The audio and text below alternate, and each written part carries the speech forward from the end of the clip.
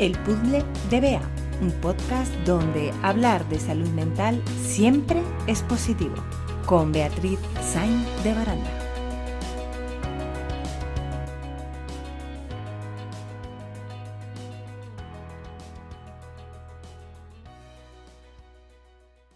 Muy buenos días a todos. Ya estamos aquí una semana más con el Puzzle de Bea. Y bueno, yo tengo ahora el enorme privilegio de estar de vacaciones y poder hacerlo al aire libre, con este solazo que hace hoy. Me gustaría hoy hablar con vosotros sobre el duelo. ¿Qué es el duelo? Las fases del duelo y cómo creo yo que podemos avanzar en la vida aprendiendo de las pérdidas, aprendiendo y saliendo fortalecidos de las pérdidas. El duelo es una reacción totalmente natural que sufren todos los seres humanos cuando pierden algo o a alguien sobre todo, ya sea a un ser querido que ha fallecido, ya sea el diagnóstico de una enfermedad grave a nivel personal o de un hijo, ya sea la pérdida de una relación de pareja, cualquier evento que sea lo suficientemente impactante en nuestra vida para hacer que nos tambalee el mundo. Elizabeth Kubler-Ross es una persona de mis psiquiatras favoritas y de la que he leído todos sus libros, ¿no? Y es la psiquiatra que definió las fases del duelo, ¿no? Esas fases son la negación, perdonad que me pongo un poco nerviosa y a veces se me traba la lengua. La negación, la ira, la negociación, la depresión y la aceptación. ¿Qué quiere decir esto? Pues que la mayoría de nosotros, por no decir todos, cuando tenemos un acontecimiento vital muy traumático, pasamos por todas estas fases hasta que por fin logramos llegar a la aceptación y seguir con nuestra vida.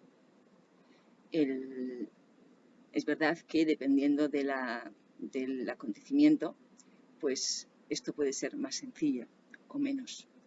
Y sobre todo dependiendo de las herramientas emocionales que tiene cada uno para afrontar las pérdidas, pues también tiene mucho que ver, ¿no? Yo creo que cuando conocemos un poco cómo es el proceso, pues puede ser que sea más fácil llegar a la aceptación. Cuando perdemos a alguien que queremos, pues dependiendo de la edad que tengamos, de nuestras circunstancias vitales, de muchísimos factores de nuestra actitud ante la vida, influyen muchísimos factores para que el duelo sea un duelo que se considera en la medicina normal o patológico. Pero bueno, tampoco es importante si es normal o patológico. Lo importante es saber que hay esas 5 fases, que tenemos que pasarlas, que no tenemos que huir de ellas como si fueran cosas malas y que nuestra reacción, juzgarnos a nosotros mismos por la reacción que estamos teniendo, porque forma parte de la naturaleza humana, forma parte de lo que somos. Nosotros nos apegamos a las personas y sobre todo vivir sin apegos pues es el camino de los sabios, ¿no? De las personas que aprenden en su vida a vivir totalmente desapegados del mundo. Y ya me gustaría a mí no tener ningún apego, pero bueno, yo no puedo decir que no tenga apegos o que no los haya tenido, ¿no? Yo con 17 años se murió una de mis mejores amigas y en unas circunstancias, o sea, cuando no le tocaba y en unas circunstancias pues bastante nada concretas, muy imprecisas, no supimos nunca qué había pasado, ¿no?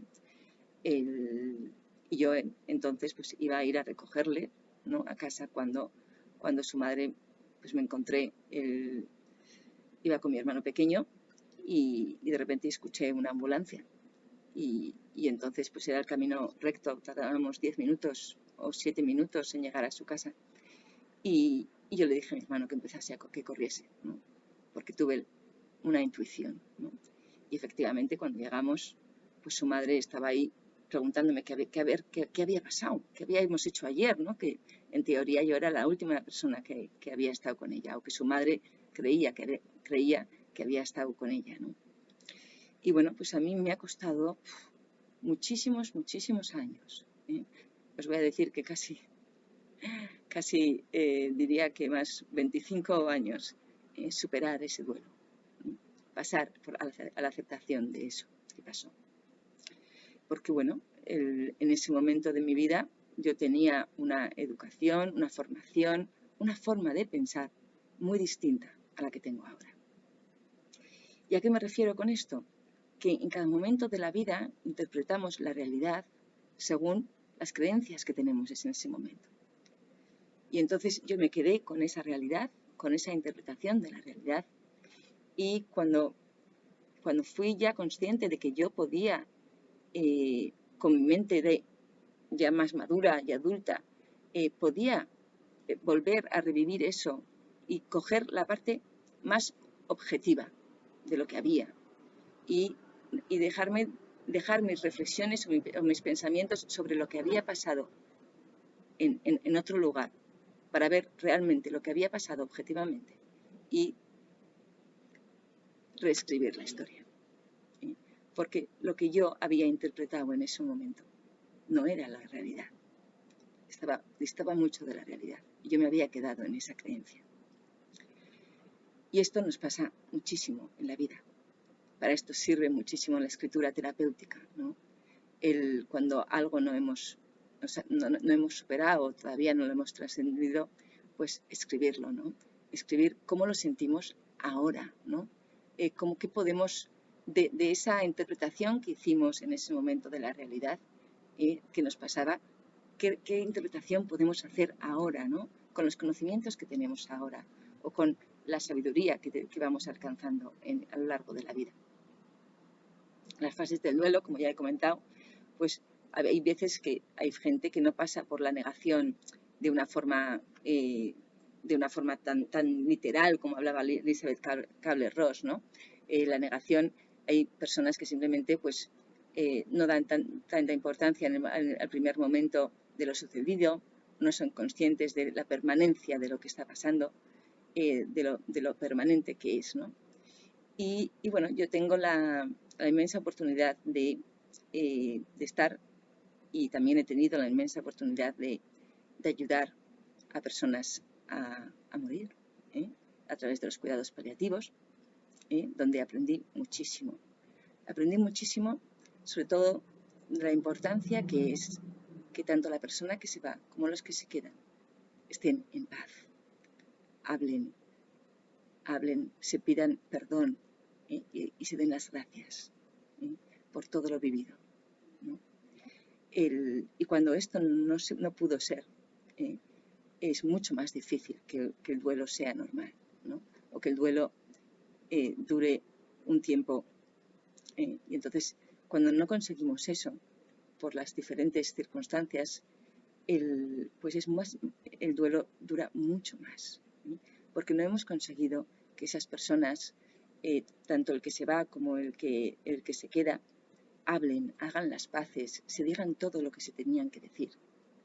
Y entonces, pues claro, pues se quedan ahí con el remordimiento, la culpa.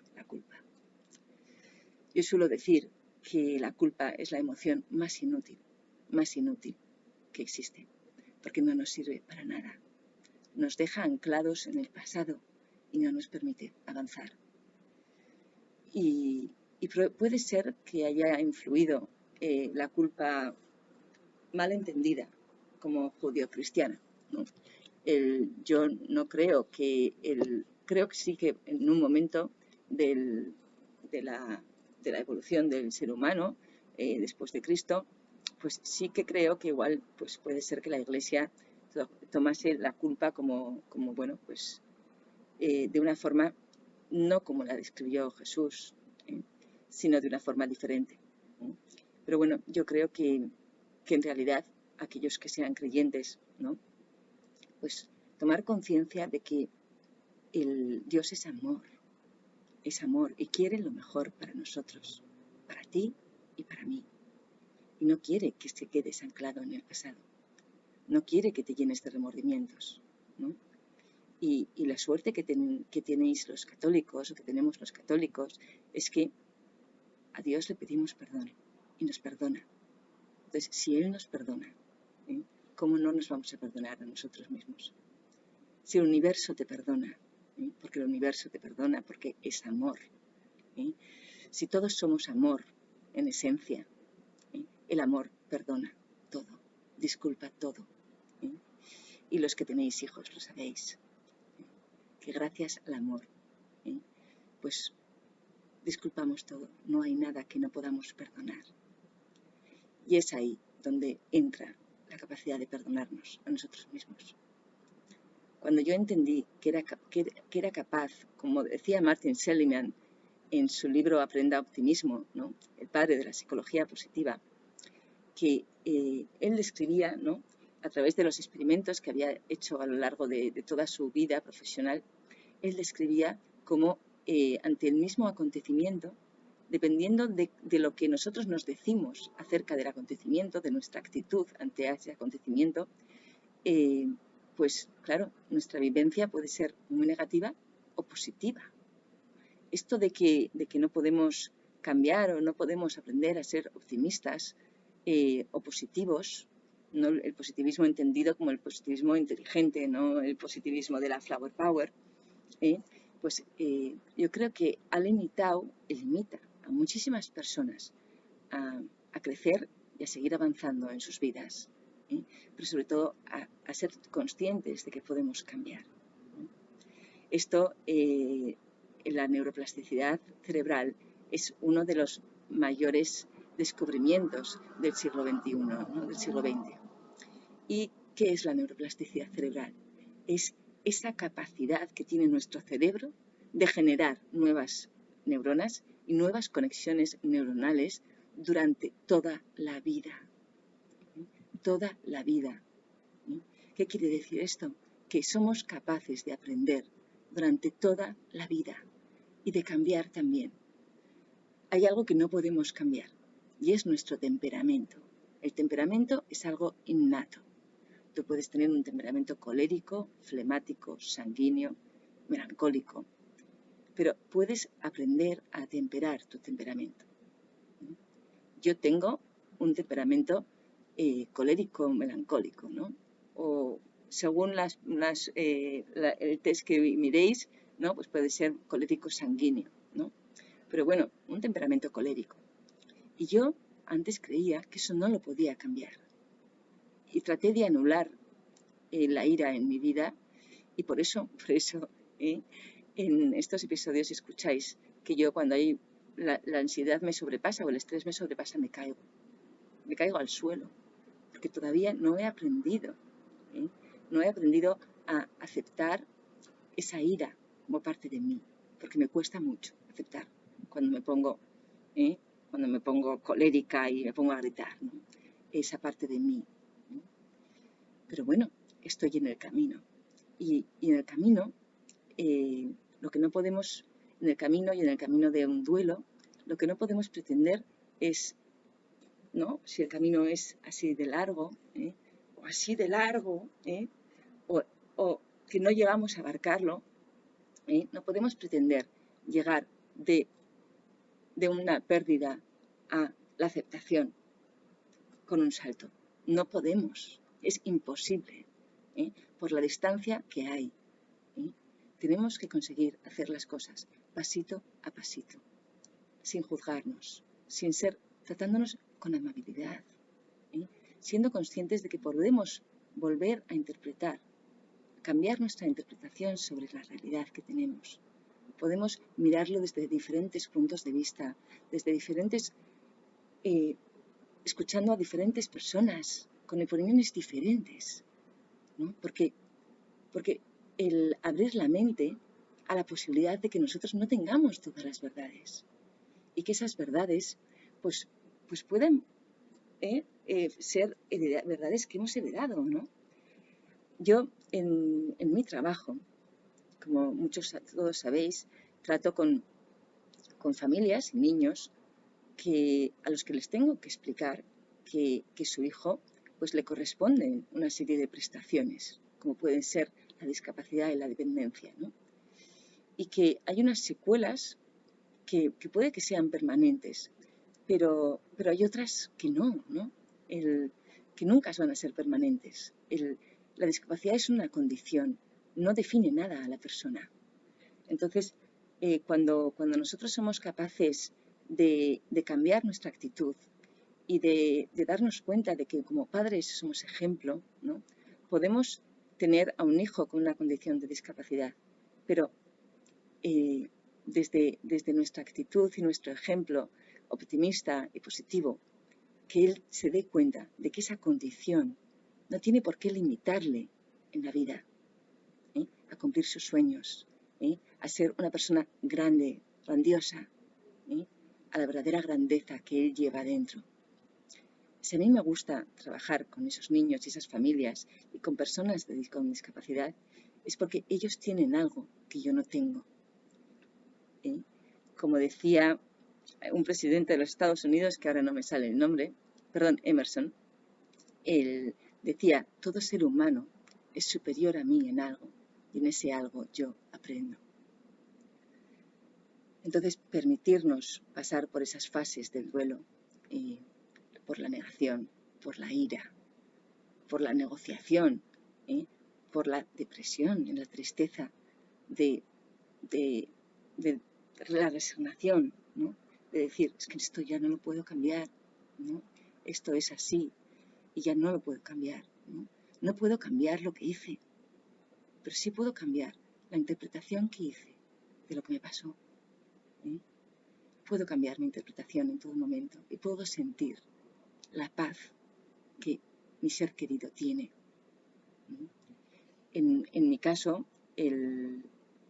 pues hay una familia a la que yo adoro con toda mi alma. Y es la familia hay dos, hay muchas, ¿no? Porque al final es verdad que cuando vas desde el corazón, pues hay mucha gente que se te queda en el corazón porque aprendes muchísimo de ellos, ¿no? Y yo tengo la experiencia personal no solamente de mi muerte, sino de la muerte de haber ayudado a personas a morir en paz, y también de otras ocasiones en las que no he podido hacerlo. Y a esas familias, pues sigo en contacto con ellas, sigo hablando con ellas, porque sé que todavía no han llegado a esa fase de aceptación. Y no pasa nada, todo está bien. El camino, cuando nos damos cuenta de que en cada momento hacemos lo mejor que podemos con lo que tenemos, es súper liberador, porque en ese momento cada uno hace lo mejor que puede con lo que tiene. Y en el caso de los niños con los que yo trabajo, pues cuando esos padres son capaces de observar a sus hijos, de ver a sus hijos desde la transparencia, desde cómo ellos ven el mundo, ¿no?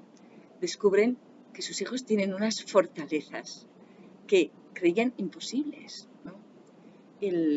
Porque hay una fortaleza que muchos tienen, que es la inteligencia emocional, de la que yo siempre hablo y de la que muchos pues carecemos o no hemos aprendido, ¿no? O no nos han educado en esa inteligencia, ¿no? Y hay muchas veces que esos niños son máquinas de inteligencia emocional, son máquinas que nos hacen darnos cuenta de la importancia que tiene esa inteligencia emocional, esa alegría que ellos tienen de vivir, ese vivir en el presente, ese vivir agradecidos por lo que tienen, ¿no? Y no poniendo el foco en lo que no tienen, sino poniendo el foco en dar gracias por lo que sí tenemos, ¿no? Yo doy gracias todos los días por todas las personas que se han ido, porque han estado en mi vida, por todo lo que me han aportado, porque sin ellas y sin esos niños con los que estoy, yo no sería quien soy. De la misma forma que no sería quien soy si no hubiese tenido un problema de salud mental, si no tuviese un problema de salud mental, si no tuviese a mis hijos, ¿no? Cada decisión en nuestra vida hace que la vida, las circunstancias cambien. Pero como decía Viktor Frank en su maravilloso libro El hombre en busca de sentido, yo no puedo cambiar las circunstancias de lo que me pasa. Lo que sí puedo, y la última de las libertades, es cambiar cómo interpreto esas circunstancias. Como en la película de La vida es bella, ¿verdad? Cómo el padre es capaz de hacer un juego del campo de exterminación de Auschwitz con su hijo. Esos son los ejemplos a los que yo modelo y trato de imitar con mis altos, mis bajos y todos, ¿no?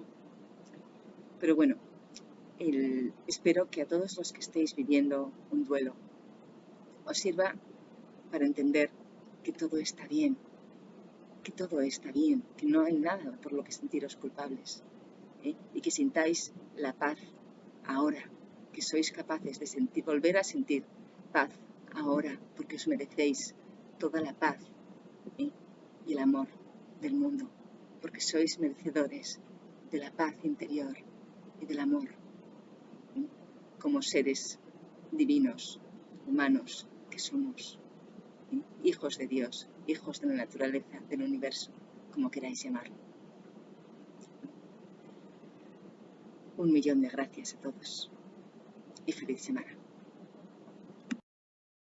Bueno, y ya sabéis, si os ha gustado el episodio, le podéis dar al corazoncito o al me gusta y compartirlo con aquellos que creáis que les puede ayudar, para así poder llegar a más gente. Ya sabéis que para mí, con haber ayudado a una persona en el mundo, habrá sido suficiente. Y si queréis contactar conmigo, me podéis dejar un comentario aquí en iVoox o en el canal de YouTube, en mi cuenta de Facebook, de Twitter o de Instagram del Puzzle de Bea, o en mi correo electrónico elpuzzledebea@gmail.com.